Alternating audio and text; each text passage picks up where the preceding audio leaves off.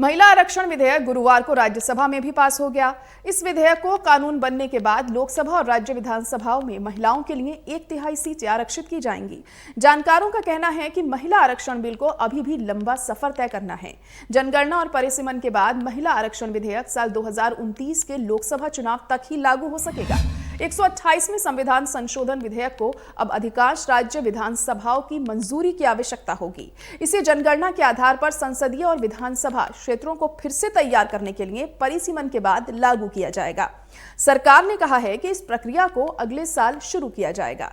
कानून मंत्री अर्जुन राम मेघवाल ने राज्यसभा में कहा कि उचित प्रक्रिया का पालन करने के बाद संविधान विधेयक 2023 को लागू किया जाएगा।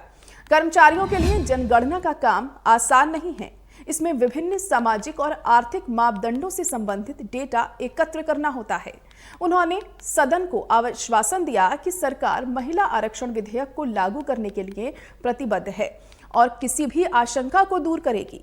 परिसीमन आयोग ये तय करेगा कि प्रक्रिया के बाद कौन सी सीट महिलाओं को मिलेगी।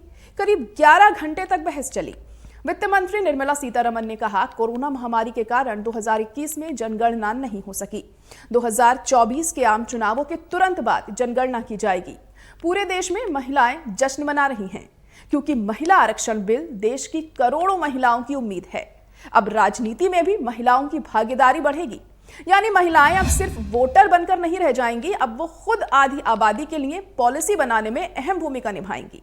भले ही महिला आरक्षण 2024 लोकसभा चुनाव में लागू ना हो सके, लेकिन बीजेपी चुनावी मंचों से इसे राजनीतिक हथियार बनाने की तैयारी कर रही है और विपक्ष भी ये बात अच्छे से जानता है कि वो कितनी भी कोशिश कर ले, लेकिन पीएम मोदी और बीजेपी को वो इसका क्रेडिट लेने से नहीं रोक पाएगा।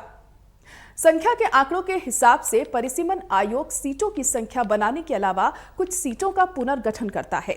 इसके लिए आयोग को 3 से 5 साल का समय लगता है। साल 2002 में गठित अंतिम आयोग को अपनी रिपोर्ट देने में 5 साल का समय लगा था। इससे पहले 1952, 1962 और 1972 में गठित आयोग ने अपनी रिपोर्ट 3 से 4 साल में दी थी। साल 2008 में लोकसभा की जगह कुछ राज्यों की विधानसभा सीटों का आयोग ने पुनर्गठन किया था। तब विधानसभा सीटों का नए सिरे से सीमांकन करने के अलावा आरक्षित सीटों में बदलाव किया गया था। इस दौरान किसी भी राज्य में विधानसभा की सीटें नहीं बढ़ाई गई थीं। ये भी तय नहीं है कि भविष्य में परिसीमन के बाद विधानसभा और लोकसभा की सीटें बढ़ेंगी या फिर मौजूदा सीटों में ही 1/3 सीटें महिलाओं के लिए आरक्षित की जाएंगी। सीटों की संख्या नहीं बढ़ने और जनसंख्या बढ़ने के कारण विधायक सांसदों को पहले की तुलना में 3 से 4 गुना मतदाताओं की अपेक्षाओं का सामना करना पड़ रहा है।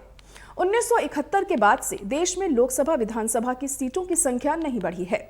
जनसंख्या की दृष्टि से भारत दुनिया का सबसे बड़ा देश है। ऐसे में परिसीमन के लिए गठित किए जाने वाले किसी भी आयोग को पहले के मुकाबले अधिक मशक्कत करनी पड़ेगी, यानी कि ज्यादा मशक्कत करनी पड़ेगी।